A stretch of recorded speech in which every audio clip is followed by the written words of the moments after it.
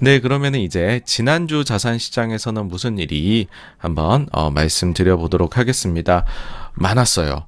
월 말이고 월 초잖아요. 그러면은 나오는 데이터가 무진장 많습니다. 예. 그래서 쭉 한번 가보도록 하겠습니다. 일단 30일 월요일 날에는요. 주말 동안에 이런 소식이 나왔었어요. 중국하고 일본이 상호 비자 발급을 재개한다. 인데 요거는 일단 보시면은 21일에 먼저 이제 중국에 있는 일본 대사관에서 재개 발표를 했었어요. 그러고 나가지고서 약 한 일주일 정도 후에 일본에 있는 중국 대사관이 재개 발표를 한 것이어서 먼저 풀고 그걸 했다. 우리도 지금 보시면은 조금 전에 나온 기사를 보니까 그 이제 중국발 입국자들 대상으로 검사를 했었을 때에 이제 확진자가 한 명도 안 나왔다 이런 게 기사가 나오더라고요. 그거 봐서는 제 생각에는 조만간 우리도 재개 결정을 내리지 않을까 싶고요. 그러고 나면 좀 있다가 중국에서 또 재개 결정을 상호 이렇게 내리게 되지 않을까라는 생각이 듭니다. 월요일에 분위기가 조금 안 좋았는데 그때 안 좋은 분위기를 만들었던 게 스페인에서부터 시작입니다. 스페인이 소비자 물가 예상치 소비자 물가 나왔는데 이게 이제 예상치를 상회하는 숫자가 나왔어요. 그 전년 원래 예상이 4.8%였거든요. 그리고 그 전월에 5.7%였어요. 근데 그거를 뛰어넘는 5.8%가 나왔습니다. 그래서 여기 보시면은 데이터가 이렇게 잘 내려오는 것 같더니 살짝 올라가 버렸어요. 그래서 유럽이 다시 물가가 뛰나? 추가적으로는 원래 지난주에 유럽 물가들이 다 나왔었어야 되고 그 중에서도 독일 물가가 중요하거든요. 왜냐하면 제일 중요한 건 유럽 물가인데 근데 유럽 물가의 전초전이라 해야 될까요? 독일 물가가 항상 좀 빨리 나와요. 요걸 가지고서 우리가 유럽 물가 전체적인 그림을 한번 조망을 해볼 수 있거든요. 근데 이 발표가 어찌된 연문인지 독일에서 우리 한 주 뒤에 할게요. 이렇게 한 거예요. 그러니까 뭐야 이거 숫자가 많이 안 좋나? 라는 약간의 또 그런 불안감이 우리 또 이런 거 바뀌면 불안해잖아요. 그죠? 그리고 요날 독일에서 4분기 GDP가 발표가 됐는데 뜻밖에도 마이너스가 나왔습니다. 물론 전분기 수정된 거나 원래 예상치도 보합이었던 점을 감안하면은 사실 마이너스라는 게 큰 의미가 없을 수도 있는데 어쨌든 물가도 높고 침체 우려 이거 뭐야? 응? 이거 스태그플레이션인가? 요날 조금 그런 걱정이 나왔었죠. 그리고 중국도 하필이면 이날 오랜만에 증시 개장을 했는데 부진했죠. FOMC 경계감도 있었을 것이고 그 다음에 위드 코로나를 하고서 진짜로 아주 최초의 데이터를 하나 처음 받아봤어요. 뭐냐면 주택 판매. 근데 이 지표가 여전히 부진하게 나온 거죠. 그래서 위드 코로나 별로 이거 유용성이 없나 이런 것도 있었죠. 그리고 미국에서는 또 전기차 가격 인하에 포드도 동참했다는 그런 것들이 다 겹치면서 좀 안 좋게 작용을 했습니다.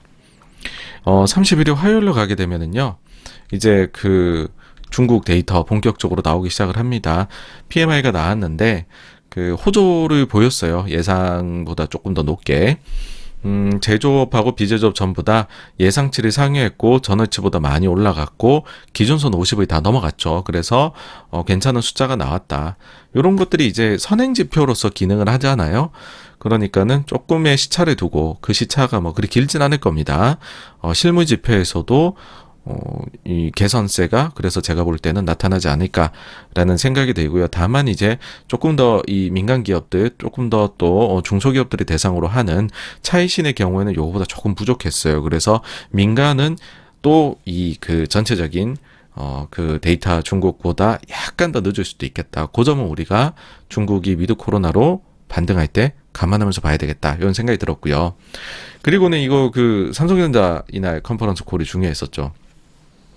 실적은 이미 나왔고 이날에는 각 이제 분야별로 사업 분야별로의 구체적인 이익하고 그 다음에는 모두가 관심을 가지고 있는 이거 감산하는 거야 마는 거야 이런 거에 이제 대한 얘기에 사람들이 관심을 가졌는데 사실 이제 회사에서는 우리 인위적으로 감산하지 않는다라는 이야기를 계속해서 했습니다. 그러다 보니까는 그게 전부 다 헤드라인에 잡혀서 나왔는데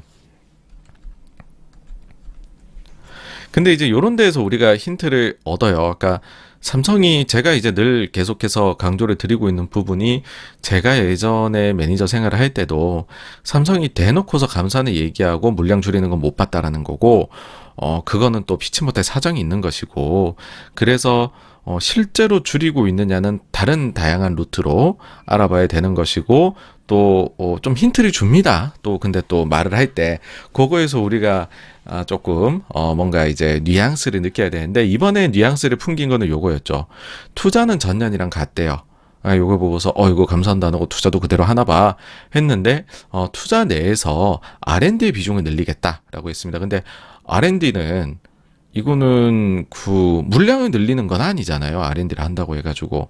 그래서 이걸 가지고서 히든 감산이다. 여기서 알아차려야 된다. 뭐 이런 식의 보고서가 나오기도 했었습니다.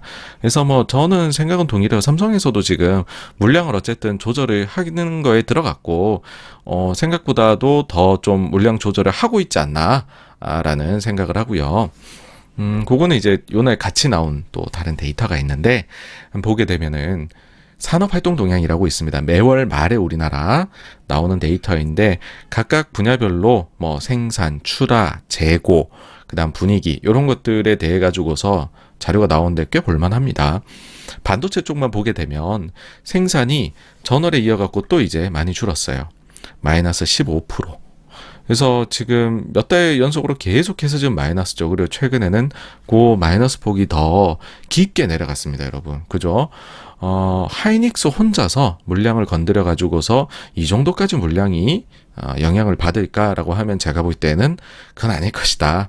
다만 근데 좀 아쉬움도 있어요. 뭐냐 하면은 이렇게 생산을 줄여 나가면 제일 문제 재고잖아요. 재고도 좀 빨리 줄었으면 좋겠는데 근데 재고 증가율이 80%에서 쭉 빨리 내려오긴 했어요. 근데 최근에는 재고 증가율이 또 감산을 생산을 줄여 나가고 있음에도 불구하고 약간 올라갔다라는 거죠. 그래서 이걸 보면서 느끼는 게 유통망에 재고가 진짜 많았구나. 그 다음에 또 한 가지가 정말로 경기가 좀 생각보다도 더 빠르게 둔화가 된 것 같다. 그러다 보니까는 이거 뭐 소비를 안 하니까 생산을 줄여 나가는 데에도 불구하고 재고가 마이너스가 아직은 저기 뭐 안 가 있는 그런 상황이구나. 네. 뭐 요게 이제 마이너스로 가게 되면은 하여튼간에 좀 확실한 신호를 보내지 않을까 싶은데 어쨌든 저는 뭐 생산 쪽에서는 확실하게 뭔가 건드리기 시작을 했다. 그렇게 봅니다. 요거는 이제 앞서도 말씀을 드렸죠. 우리 이제 일본 거의 마지막에 남았던 게 일본하고 중국이 서로 비자 발급하는 건데 그게 재개가 됐고 그럼 남은 게 한국인데 한국도 우리나라 이제 총리가 이야기를 하기를 28일 이전에라도 해제할 수 있다. 라고 얘기를 했고 우리도 뭐 마스크 이제는 실내에서 해제를 했고 플러스로 중국에서 입국하는 사람들 이 사람들이 만약에 뭐 감염률이 낮다라고 하면 할 수 있다라는 것이겠죠. 근데 오늘 제로가 떴으니까는 조만간이지 않을까라 생각을 합니다. 더불어서 뭐 그런 말씀들도 많이 하세요. 중국이 변했다. 한국에 대해 갖고서 한알령도 그렇고 한국 싫어한다. 그런 얘기들도 하시고 이번에도 한국은 끝까지 안 풀어줄 수도 있어 막 그런 얘기도 하시는데 그러기에는 요 같은 날에 어떤 게 나왔냐면 그 SM 자회사 중에 디어유라고 있잖아요. 이거 팬덤 그 플랫폼 그 버블이라고 서비스명은 있는데 요게 이날 이제 중국 내 공식 런칭이 발표가 됐죠. 그러니까 뭐 사실 뭐 만약에 한국을 진짜로 그렇게 미워한다라고 하면 뭐 이런 거 런칭가 안 되겠죠. 그렇죠? 막으려고 하면 얼마든지 막을 수 있잖아요. 중국에서. 그래서 분위기 자체는 중국은 최대한 좀 오픈하려고 하는 걸로 저는 계속 생각을 합니다.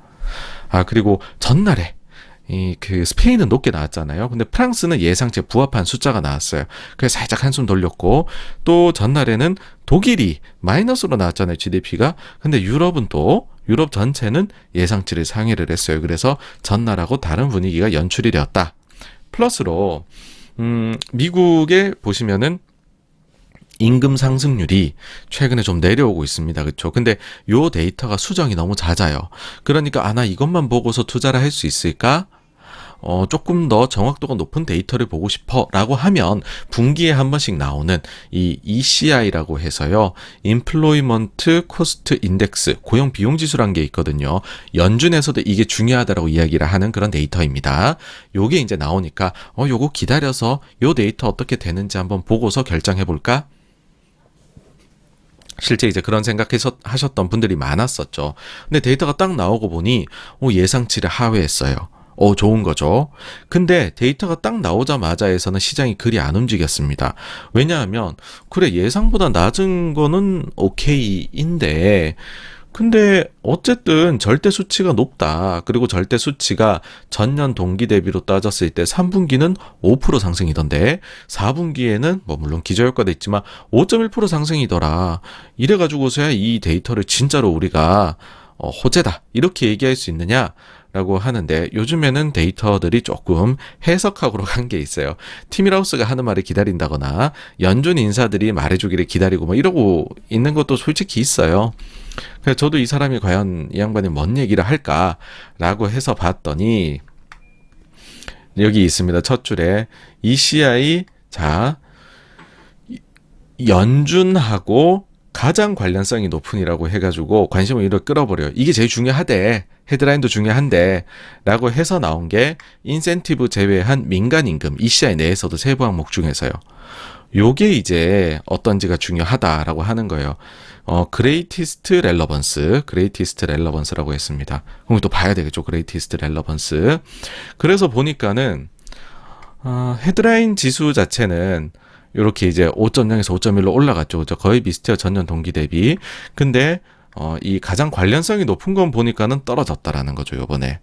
그러니까 요거는 데이터가 잘 나온 거다. 그렇게 우리가 바라볼 수 있게 되는 거죠. 좀 약간 자괴감이 드네요. 이렇게 보니까. 근데 어쨌든지 간에 요 추이 자체가 지금 그 평균 시간당 임금이나 이런 거 하고 비슷하게 흘러가고 있기 때문에 ECI가 뭔가 뭐 이상한 얘기를 했다고는 절대 생각하지 않고 이제 저도 개인적으로는 이런 해석이 맞지 않나라는 생각을 해요. 근데 여기서 보시면은 조금 웃긴 게 하나 있는데 처음에 데이터 잘못 올려요.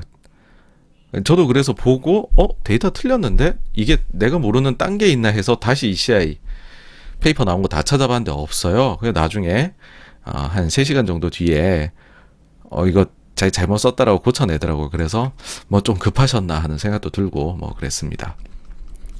요 뒤에 티밀하우스가 기사까지 씁니다. 이게 쐐기를 박았다라고 생각하는데 고용 비용 지수 발표치는 이번 주에 금리를 25bp 인상할 예정인 연준에게 도움을 준대요. 헬프풀 하답니다, 여러분. 임금 상승 속도가 느려지면 임금 인플레이션으로 인해 중앙은행이 목표로 하는 2% 인플레를 크게 넘어설 것이라는 우려를 줄여줄 것으로 보입니다. 라고 해서 명확히 이번에 나온 ECI가 좋은 데이터였다라고 얘기를 하죠.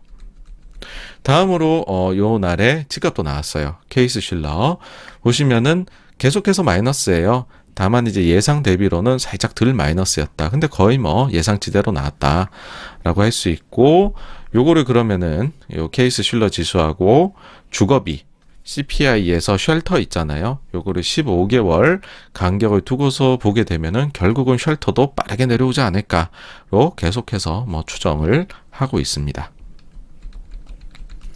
다음으로 2월 1일 수요일 날 우리나라 수출 데이터 이제 월 첫째 날에 나오잖아요. 나왔는데 사실 이게 열흘 단위로 속보치들이 나오거든요. 그거 봤었을 때는 20일까지 일평균으로 따졌을 때 그 전월 대비 또 살짝 나아지는 느낌이 있었어요. 그래서 또 한국은행 총재께서도 우리나라 1월 데이터 좀 괜찮다라고 말씀하셔가지고 저는 살짝 나아지지 않을까 했는데 모르겠어요. 그 1월 마지막 이제 하반 쪽에 막바지 쪽에 설날 연휴가 또 들어가 있어가지고서 이게 변수를 만든 것 같기도 한데 어쨌든지 간에 그건 다음 달 거 보면 알겠죠, 그쵸?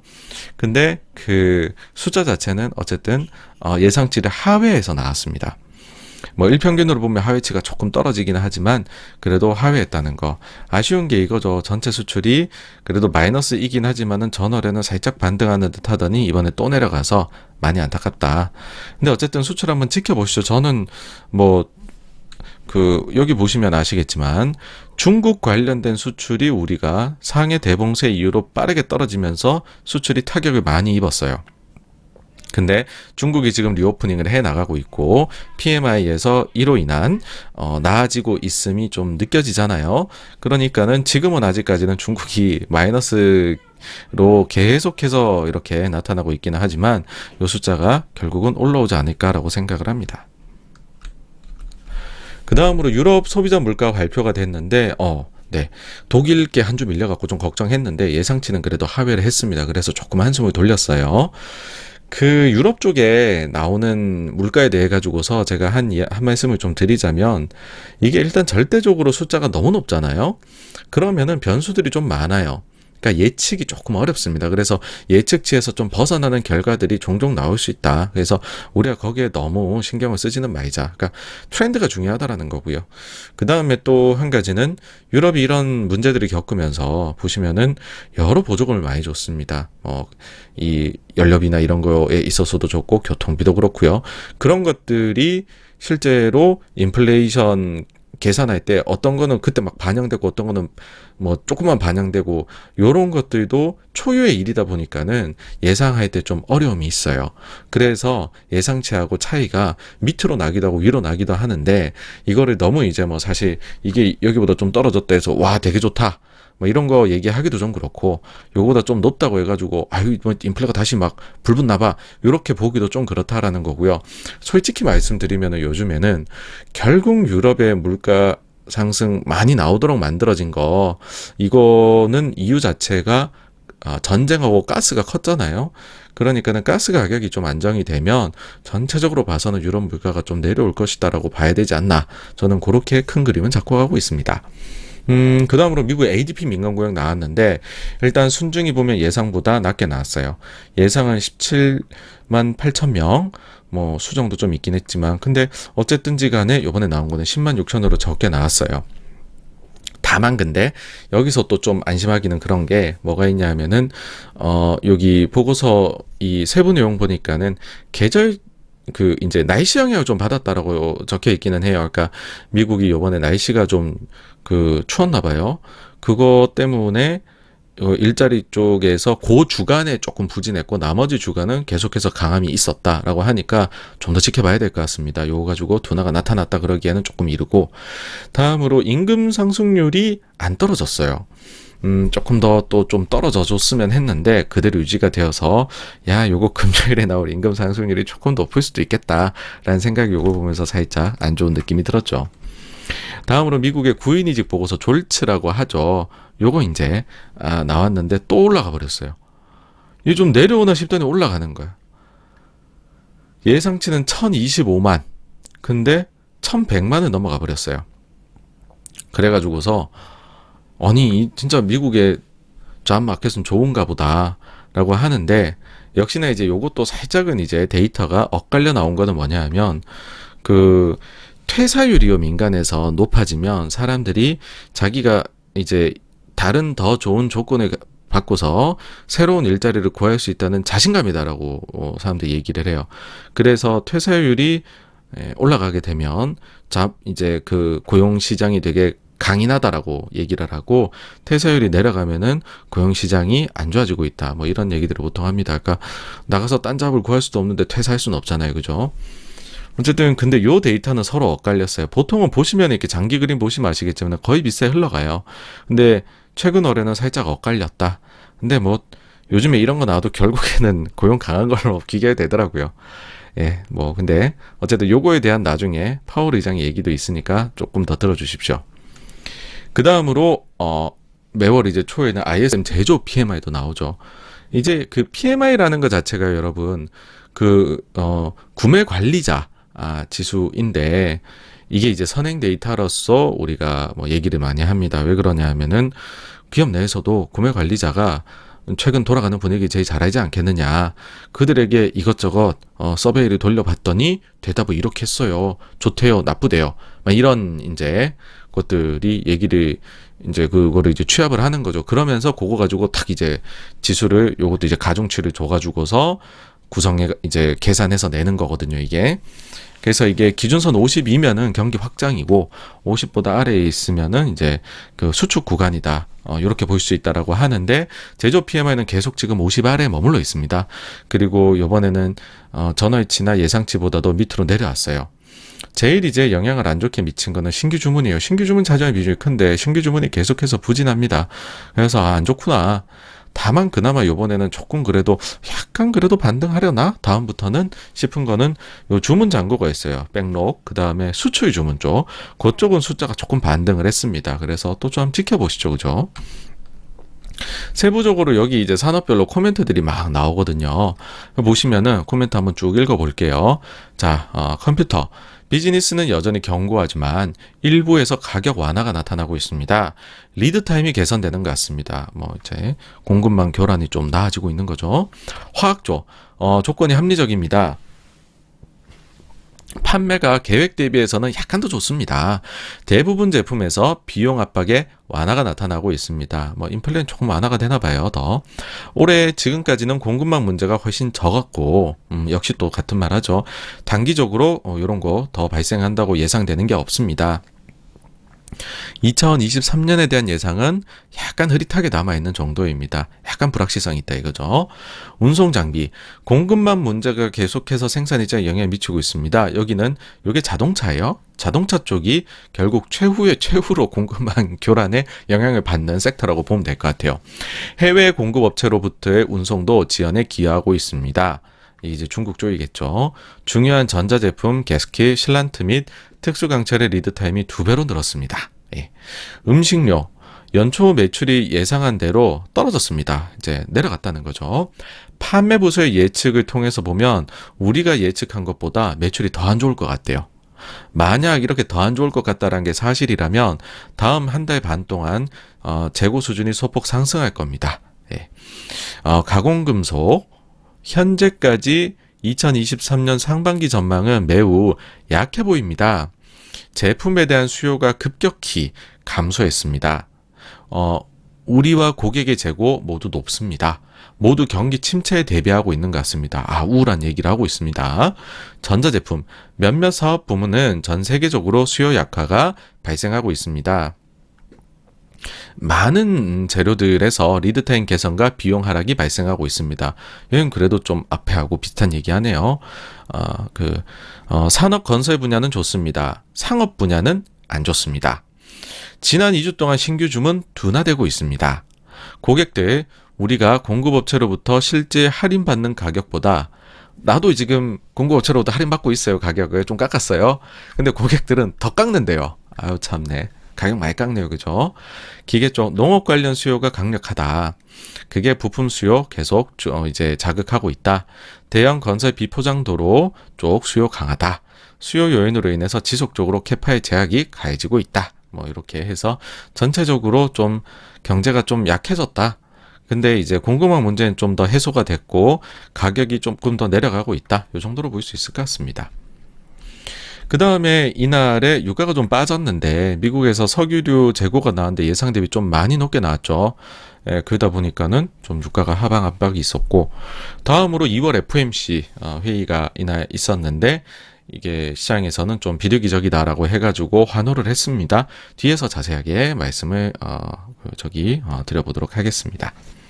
다음으로 목요일로 가게 되면요. 우리나라 소비자 물가가 나왔는데 예상치를 상회했어요. 예상치가 5%인데 5.2%가 나왔죠. 각종 공공요금들이 올라간 요인이 제일 크게 일단은 작용을 했습니다. 근데 이제 저는 이번에 높게 나온 거가 과연 곧 있을 2월 말에 있을 우리나라 금리 결정에 과연 영향을 미칠까라고 하면 별로 그건 영향을 안 미칠 것 같아요. 이미 지난 회의에서 어떤 이야기가 있었냐면 앞으로 소비자 물가 상승률은 누적된 비용 상승 압력이 공공요금과 가공식품 가격 등에 반영되면서 1, 2월 중에는 5% 내외를 나타내다가 이후 점차 낮아지겠으며 라고 이야기를 했죠. 그쵸? 그 다음에 이런 것도 있어요. 요즘에 계속 해가지고서 미국의 금리를 올려나가고 어쨌든 이번에도 좀 비리기적이라고 하지만은 2회 인상은 더 하는 것 같은데 그러면은 우리나라하고 금리 격차가 많이 나지 않느냐 이러다가 진짜로 자금이 한국에서 갑자기 많이 빠져나가 버리면 어떡하느냐. 뭐 이렇게 이제 걱정들을 해서 우리도 금리 계속 올려나가야 된다라는 이야기가 있는데, 이미 그전 회의에서 한미 금리 격차에 대해 가지고서 그 한국은행 총재께서 이야기를 하셨죠. 자, 그거를 그냥 전문을 가지고 와봤습니다. 그 파트를요.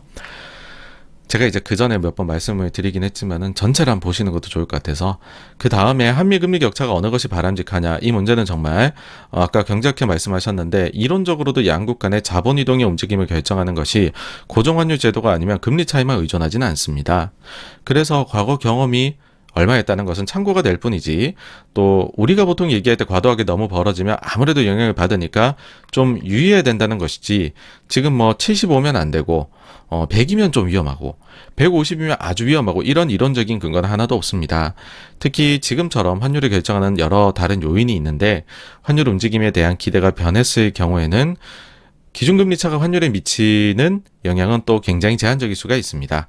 그래서 여러 가지 고려할 때 제 생각에는 기계적으로 얼마 이상이면 위험하고, 과거 사례를 봤을 때 얼마 이렇게 판단하는 것은 굉장히 바람직하지 않다고 생각하고요.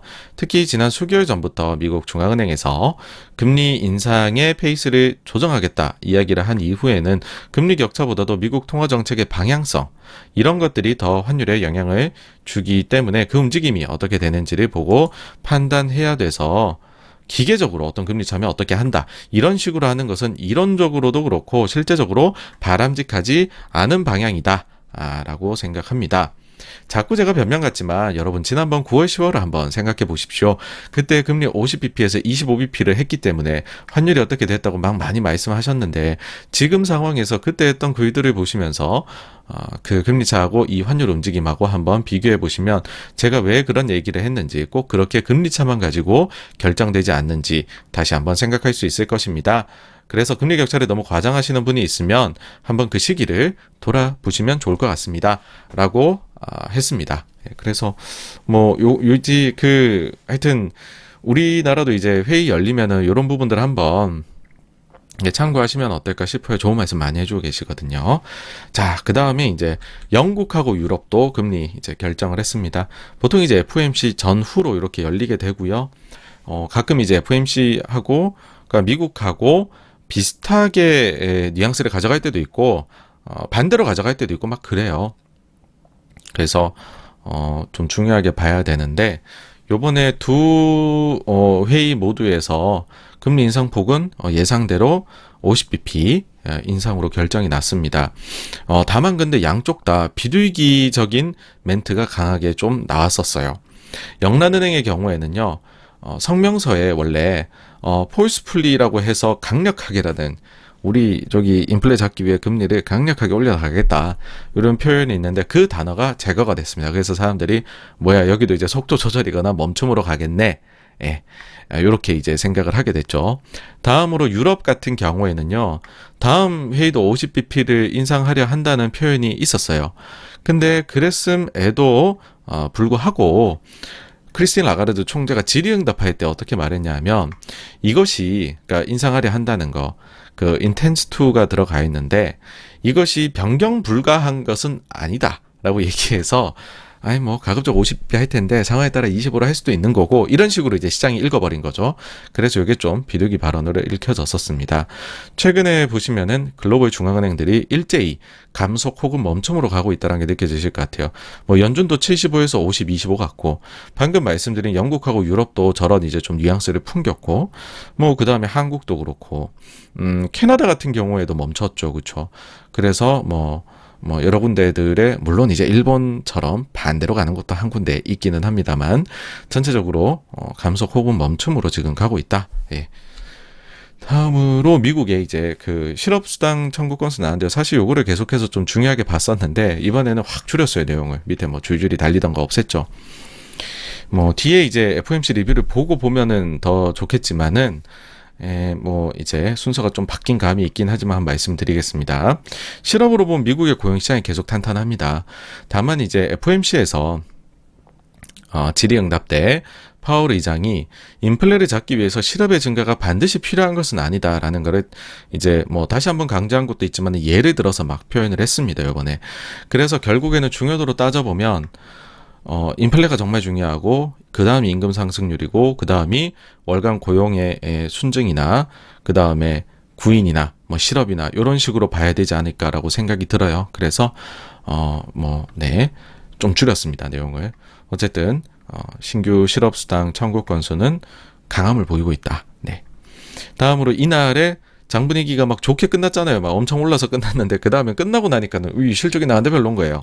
그래서 막 쭉쭉쭉쭉 또 이제 시간에서 많이 빠졌었는데 많이 나왔습니다.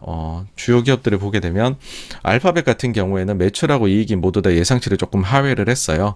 대부분의 사업부가 안 좋았으면 유튜브하고 검색 광고하고 다 안 좋았었죠. 근데 이제 사측에서 뭐 콩콜에서는 어쨌든 추가적으로 또 비용 관리 열심히 하겠다. 그리고 최근 제일 이제 핫한 주제죠. 챗 GPT 때문에 AI 쪽 그것도 좀 강조하겠다라고 너무 어찌 보면 너무 당연한 얘기네요, 그죠? 당연한 얘기를 했고, 다음 아마존을 보게 되면 매출액하고 영업이익은 예상치를 상회했는데 이제 AWS하고 그다음에 주당 순이익은 예상치를 하회를 했습니다. 사실 아마존을 보실 때에는 아마존은 이제 주당 순이익 예상이 좀 크게 틀리는 기업 중에 하나예요. 보통 보면 걔 보니까는 지분 투자해 놓은 거나 이런 것들을 영업 외단에서 평가하는 것들이 좀 달라가지고 그런 면이 있거든요. 그래서 실제 실적만 딱 본다 그러면은 매출하고 영업이익만 보는 게 맞기는 해요, 사실은. 어쨌든 그런 점이 있긴 한데 이 웹 서비스가 좋아야 되는데, 그죠? 요게 또 하회를 한 게 아마존이 다음 날에도 많이 빠졌죠. 거기에 이제 요인이 됐습니다. 또 추가적으로 말씀드리면은 향후 가이던스를 발표를 했는데 예상치 대비 낮은 거예요. 그러니까는 범위로 이렇게 제시를 해요. 범위로 이 매출액하고 이익하고 제시를 했는데 지금 그럼 시장이 예상하고 있는 게 있을 거잖아요. 그럼 요 범위에 시장 예상치가 상단에 붙어 있는 거예요.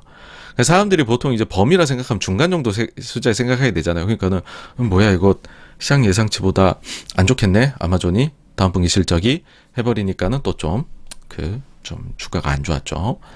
다음으로 애플 보면 매출액하고 이익 모두가 예상치를 또 조금 하회를 했습니다.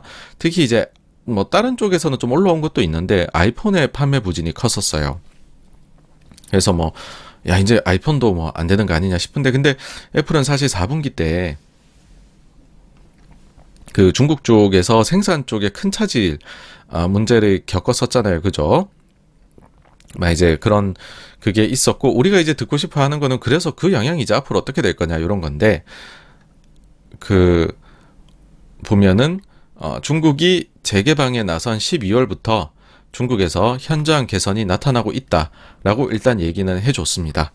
요 점 덕분에 다음 날에 애플은 소폭 하회하는 실적을 내고도 올랐던 것 같아요. 그 다음에 스타벅스도 나왔는데 매출하고 이익이 모두 예상치를 소폭 하회를 했습니다. 근데 다만 이제 세부적으로 보면 북미 지역은 그래도 예상보다는 약간 더 좋았어요. 근데 인터내셔널이 하회 요인이었고, 결국에는 인터내셔널이 안 좋은 거는 환율, 달러 강하니까 플러스로 중국. 근데 이제 중국 리오프닝하고 환율 좀 약세로 갔으니까 이게 좀 도움을 주게 되지 않을까라고 생각이 됩니다. 사실 최근에 이제 제일 좀 핫했던 주식으로 보자면 메타였었죠. 왜냐하면 메타가 실적은 보니까 되게 별론 것 같은데, 매출은 물론 더 잘 나왔지만 이익은 좀 별로더구만. 근데 주가가 왜 이렇게 올라 해서 보니까 비용 줄이겠다, 비용 관리하겠다, 효율의 한 해를 보내겠다, 이렇게 얘기했잖아요, 그죠? 그 다음에 자사주 매입을 어마어마한 양을 하겠다, 이런 얘기를 하니까는 야, 메타 이렇게 좋네 막 이러면서 주가가 하루 20% 이상 오르고, 그죠? 이게 무슨, 그쵸, 여러분, 코스닥 잡주도 아니고 하루에 20%가 메타 정도 사이즈의 기업이 오릅니까, 그쵸? 근데 이제 이게 좀 힌트를 주는 것 같아요, 다른 기업들한테는. 그러니까 상황이 안 좋지만 비용 줄이고 자사주 늘리는 거에 대해서는 시장이 굉장히 호응하는 반응을 이제 환호 그런 반응을 해준다라는 거고 그렇게 봤었을 때에는 알파벳 같은 경우에는 이미 그 행동주의 펀드가 들어와 있죠. 요구를 하고 있고 애플 같은 경우에는 주요 우리가 알고 있는 큰 이 빅테크 기업들 중에서 대규모 해고를 아직까지 발표하지 않은 유일한 기업입니다. 물론 이제 다른 데들이 갑자기 막 그 고용을 많이 코로나 팬데믹 동안에 늘려갈 때 애플은 그렇게 안 늘리고 차근히 이제 과거처럼 늘려왔기 때문에 괜찮다. 뭐 이번에 해고 안 해도 되지 않을까라는 얘기를 하는데 근데 실적이나 이런 거 봤었을 때는 애플도 조금은 얘기가 나오지 않을까라는 생각이 드네요. 네. 어쨌든 주가들은 빠져 있고 그 다음에 주주들의 요구는 높아져 가지 않을까라고 봅니다. 네, 그리고 금요일 3일 금요일로 가게 되면은 월간 고용 보고서가 나왔는데 진짜 표현에 와우라는 표현이 여러 명의 입에서 나왔었습니다. 진행하시는 분이나 아니면은 연준의 이제 지역 연은의 총재도 와우 이런 표현을 했는데 그럴 수밖에 없었던 게 고용 순증이 엄청나요. 18만 5천으로 사람들이 예상을 했는데 50만 이상으로 나오는 거고 그 다음에 전월하고 전전월도 수정치가 나왔는데 이게 플러스 7만이에요. 그러니까 엄청나게 좋게 나온 거죠. 그죠? 그 실업률은 더 낮고 이게 지금 60몇 년 만에 최저치예요. 다음에 평균 시간당 임금 상승률도 예상치 대비해서 살짝 높은데 요거는 뭐 내려오는 것 같아라고 얘기할 수 있긴 하지만 전월치도 또 플러스로 수정이 됐어요. 그러니까는 와 이건 어떤 면에서 봐도 정말 고용이 강하구나. 이러면 연준이 금리 더 올려야겠는걸? 이렇게 해서 금리가 이날 많이 튀었습니다. 그리고 증시는 빠졌고 달러는 강해졌어요. 근데 요거는 이제 제가 뒤에서 한번 상세하게 말씀을 드려보도록 하겠습니다. 그리고 요날 이제 ISM 서비스 PMI가 나왔는데 이것도 또 조금 골 때립니다, 여러분. 전월치가 49.2였어요. 이제는 서비스 업도 미국에서 50 아래로 떨어졌네? 했는데 이거 55.2예요. 이 정도면 과열이거든요. 그래서 또 이건 뭐 데이터가 뭐야? 막 이런 생각이 들긴 하는데 이게 이제 어쩔 수가 없어요. 서베이에 의존을 하는 거기 때문에 이게 좀 왔다 갔다 하는 측면도 뭐 물론 있긴 합니다. 그래서 여러 가지 봐야 되는데 요 세부적으로 봤었을 때는 주문 관련된 데이터들이 다 좋았었습니다. 신규 주문이라든지 주문 잔고라든지 그 다음에 수출 쪽이라든지 모두 다 상당히 좋았다 라는 것이고 요것도 일단 그 코멘트 한번 보면서 가보도록 하죠. 숙박 쪽 관련해서는 원료 가용성과 리드타임은 개선되었지만 여전히 문제가 있습니다. 우리 생각의 성장에 대해서는 좀 긍정적입니다. 소비자 신뢰도가 회복되고 있고 사람들은 사치품에 대해서 럭셔리 굿즈에 대해서 더 많은 돈을 쓸 의향이 있습니다. 농업죠. 일반적으로 비즈니스가 강합니다. 노동 및 포장 쪽의 제한으로 인해서 예상을 초과하는 매출은 그래도 아직은 그 정도까지는 근데 발생하지는 않고 있습니다. 건설 쪽 신규 주택용 주택 시장은 여전히 모기지 금리 인상으로 인해 휘청거리고 있습니다. 비용이 플랫하고 보급형 가격대에서의 매출은 크게 감소하고 있습니다. 헬스케어 쪽 공급망 문제 계속되고 있음에도 불구하고 높아진 수요를 우리는 잘 충족시키고 있습니다. 1년 이상 공급만 제한이 있던 체열용품과 같은 일부 카테고리에서는 개선이 나타나고 있습니다. 다른 쪽에서도 꽤 개선되고 있지만 일관성이 유지될 수 있는 수준까지는 아닙니다. 노동력도 꽤 개선이 되고 있어서 직원들의 번아웃과 피로를 풀어주는 데에 도움이 됩니다. 2023년에 대해서 낙관적입니다. 그 다음에 IT 쪽 시장에는 여전히 불확실성이 있지만 공급망 문제는 완화되고 있다고 느낍니다. 어려운 시기가 지나갔다는 비현실적인 기대는 없지만 23년에 대해 조심스럽게 낙관하고 있습니다. 기타 서비스 주문은 많지만 공급망 문제로 인해 고객이 원하는 때에 배송하는 게 어렵습니다. 연휴 때 침체 이후 판매가 완만하게 증가하고 있습니다. 여전히 국내 및 해외 경제 침체 신호가 나타나고 있습니다. 높은 금리가 영향을 미칩니다. 23년 1분기 전망은 전년 동기 대비 낮을 것으로 보입니다. 여전히 배송 지연이 나타나고 있지만 지난 2년보단 적습니다. 리드타임이 코로나19 이전 수준으로 돌아가길 바랍니다. 성수기가 지나가고 있습니다. 공급망은 경고해주고 있으며 캐파는 과거 대비 더 좋아졌습니다. 공급 연속성에 대한 지속적 우려 있습니다. 이번 겨울에는 에너지 공급 비용이 매우 높습니다. 신규 주택 착공의 둔화로 인해서 비즈니스가 전년도보다 약간 부진했습니다. 또한 전자상거래 트래픽과 판매가 둔화되는 것을 목격하고 있습니다. 어떠세요? 전체적으로 보니까는 둔화되고 있다는 표현도 많이 나오고, 또 그리고 조심스럽게 그래도 거기서 좀 낙관적으로 본다, 이런 것들이 나오죠. 뭐 이게 이제 복합적으로 이렇게 나타난 것 같아요. 그러니까는 전월 같은 경우에는 이렇게 기준선 아래로 내려갔다가 좀 이제 둔화되는 게 보이니까 그게 실제로도 느껴지고, 근데 미래 예상은 조금 좋아지는 것 같다 했는데 그게 생각보다는 더 튀게 숫자로 나타난 게 아닌가 생각을 합니다. 다만 이제 그래서 우리가 ISM 발표 말고 마켓에서 발표하는 서비스 PMI하고도 같이 볼 필요가 있는데, 이게 사실 절대 수치 자체는 여러분들 보세요, 좀 차이가 많이 날 때들이 있어요, 요 둘은. 그래서 그보다는 이제 방향성이 같으냐 요거를 보는데, 방향성을 봤을 때에는 같이 이렇게 상향으로 요번에 발표가 됐습니다. 그래서 일단은 서비스 쪽 데이터로 봐서는 아직 얘기하기가 이르기는 하지만은 근데 조금 나아지는 걸로 약간은 개선세가 나타나는 걸로 그렇게 생각이 되네요. 이제 그 미국채 10년물 금리를 보시게 되면은 뭐 이렇게 가고 있어요. 제가 볼 때는 3.5 내외에서 플러스 마이너스 한 20pp 정도 왔다 갔다 하지 않을까 싶어요. 특별히 뭐 나올 것도 오고 데이터가 이제는데, 다음으로 유가 같은 경우에는 80에 좀 또 안착하나 싶더니 또 내려왔습니다. 보니까 미국 재고 증가가 일단 영향을 미쳤고, 또 하나가 중국이 리오프닝 한다는 거에 따라 가지고서 뭐 각종 가격들이 좀 랠리를 펼쳤었잖아요. 구리도 그렇고. 근데 그것들이 일단은 리오프닝 한대 가자 했다가 그 다음에는 야, 이제는 좀 중국에서 진짜 얼마나 사가는지 실제 수요 확인 한번 해보고 가자라고 해서 뭐 차익 실현도 있을 거고, 뭐 매매인 것 같아요, 이것들은 다. 그래서 어쨌든 저는 뭐 유가는 좀 안정적으로 갈 거라 보고 있습니다. 다음으로 실적 시즌 반환점 탁 돌았어요. 50%가 나왔습니다. 50%가 나왔는데 결과를 한번 보시죠. 그 주당 순이익이 예상치를 상회하는 퍼센트가 100개 기업이 발표하면 70개가 예상치 상회를 발표를 했다라는 거예요. 과거 10년 평균이 73%, 과거 5년은 높아요. 코로나 때 되게 좋았거든요. 77%. 근데 이제 예상치 상회 폭은 좀 많이 낮아요. 0.6%. 과거 10년이 6.4%인데 그보다 낮습니다. 그리고 최근에 주가가 올라와가지고 미래 예상치들은 떨어지는데, 포워드 PER은 18.4배예요.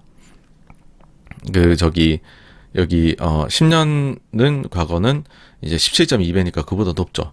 다만 5년 평균 대비해서는 거의 비슷한 수준. 네, 요렇게가 나왔습니다. 이걸 보면 무슨 생각이 드느냐라고 보면, 긍정론자들 입장에서는 상해 폭이 아쉬운 거죠.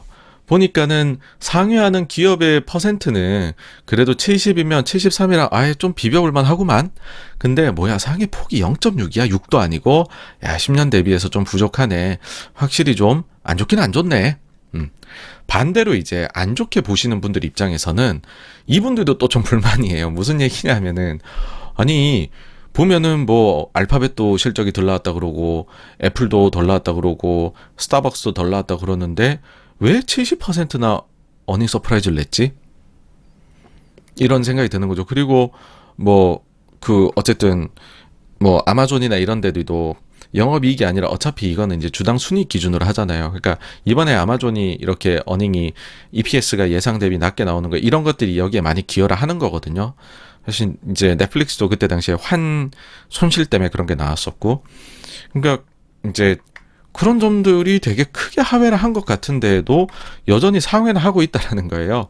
그러니까는 뭐 더 안 좋아야 되는데 뭐 이럴 수가 있는 거죠.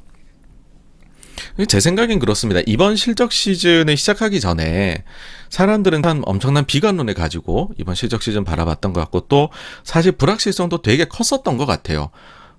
저라고 뭐 중국이 어떻게 지금 상황이었는지, 미국이 경기가 다운되고 있는데 그 속도가 얼마나인지 어떻게 알겠습니까? 그러니까 사람들이 모두 다 사실 겁은 많이 먹었던 거예요. 근데 이 정도면은 어쨌든 뭐 좀 과거 대비 좀 부족하긴 하지만 잘 방어해내고 있는 게 아닌가.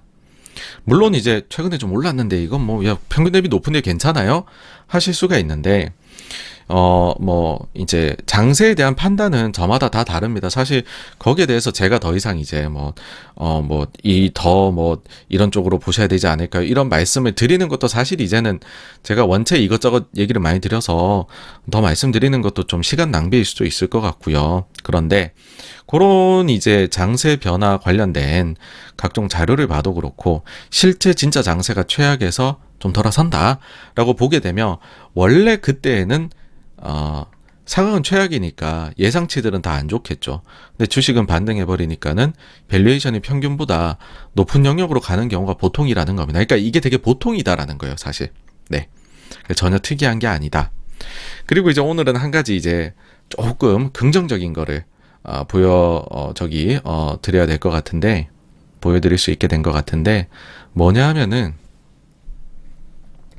S&P 500에 2023년도, 그 다음에 2024년도에 대한 주당 순이익에 대한 이제 흐름입니다.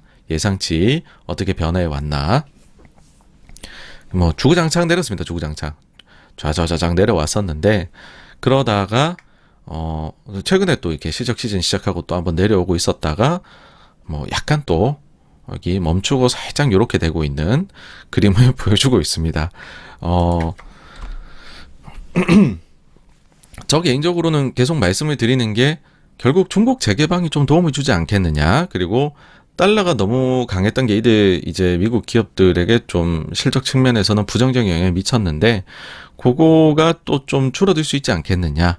달러가 최근에 좀 약세로 돌았으니까. 그래서 실적이 이미 추정치가 보통 안 좋을 때, 되게 안 좋은 시기에 고점 대비해서 한 10% 조금 더 이렇게 하향 조정이 일어난다 말씀드렸잖아요. 그러고 나서는 옆으로 이렇게 횡보를 하다가 그 다음에는 어떤 시점에서는 실적 추정치들이 올라가게 된다. 그래서 이게 실적 추정치가 쫙 내려가고 있는 거에 한 7-80% 진행됐을 때가 보통 주가는 바닥이고 그 다음에 좀 더 떨어지지만 주가는 오르기 시작을 하고 횡보하고 있을 때 금융장세 오고 실제로 추정치 올라가는 거 이제 실적장세로 간다라는 거죠. 그렇게 얘기를 드렸었는데 정말로 바라건대는 여기서부터 제발 좀 횡보해줬으면 좋겠습니다. 이제 네. 총평을 해보면 뒤에서 이제 연준 거 이제 FOMC 얘기 드리면 요 이야기가 어떤 건지 이렇게 더 이해가 되실 텐데 연준이 크게 실수할 위험은 이제 사라졌다라고 생각을 해요. 그러니까 그거 자체가 시장이 좋은 거고 결론적으로는 연준은 이거는 좀 비둘기적인 측면도 있지만은 데이터 따라가는 거니까는 데이터 계속 봐야 되고 그런 게 존재하긴 하지만 어쨌든 크게 과잉 긴축할 위험은 사라졌다라고 생각을 하고 그러다 보니까는 계속해서 똑같습니다. 저 요새 동일하게 긍정적인 생각을 가지고 있습니다. 다음 주는 뭐가 있냐면은 호주에서 금리 결정을 하는데 우리가 이제 호주 거랑 좀 비싸게 많이 가요. 일단 호주가 25bp 인상으로 예상은 돼 있는데 모르죠. 또 호주도 어떻게 할지. 만약에 호주가 이렇게 동결이라든지 서프라이즈를 내게 되면 그게 우리나라에도 영향을 꽤 줄 겁니다. 다음으로 파월 연설인데 파월 요즘 나가지고서 이게 통화정책에 대해 얘기 안 할 때도 많아가지고 할지 안 할지 모르겠어요. 독일 물가는 지난주께 나오는 거라 큰 의미는 없을 것 같고 이미 유럽 물가 나와버려서 유럽 물가 제일 중요하거든요. 그 다음 실업 데이터랑 중국의 생산자, 소비자 물가, 그리고 최근에 기대 인플레이션에 대한 이야기들을 연준 인사들이나 주변 전문가들이 많이들 얘기하고 있죠. 그래서 미시간대 기대 인플레가 최근에 나온 건 좀 예상 대비 빠르게 떨어졌었잖아요. 여기서 만약에 그러니까 요게 생각보다는 중요도는 조금 더 올라간 것 같아요. 예. 그래서 네. 또 좀 떨어진다면 좋겠죠. 네, 한번 봐야죠. 근데 또 올라갈 수도 있어요. 이게 왔다 갔다 합니다. 원래 이럴 때 데이터들이요. 울퉁불퉁하게 가요. 그리고 이제 FOMC 끝났으니까는 연준 인사들 나와갖고서 통화정책에 대해 얘기들 많이 하실 겁니다. 말잔치도 한번 들어보시죠. 사실 이제 말은 크게 중요치는 않아요. 데이터가 중요하고 상반기 지나봐야지 그 데이터들도 어떤 게 더 중요한 건지 아는 거고 그렇긴 한데 그래도 또 코멘트 보기는 봐야죠. 일이 이거니까요. 그래서 여기까지 가요. 지난주에 대한 정리였고요. 다음 주제로 넘어가 보도록 하겠습니다.